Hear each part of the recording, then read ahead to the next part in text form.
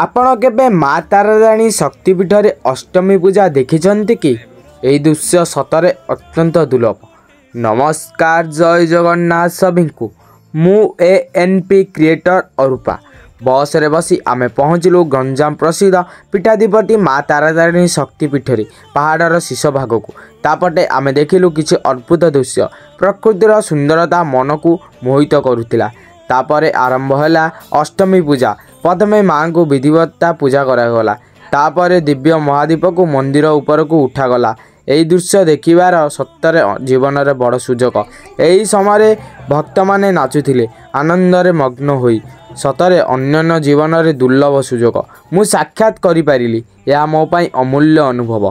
Full blog NP series YouTube channel रे देखि पारिबे। एमिति सबु वीडियो देखिबा पई यूट्यूब रे सब्सक्राइब करंतु, इंस्टाग्राम रे फॉलो करंतु। जय माँ तारातारिणी।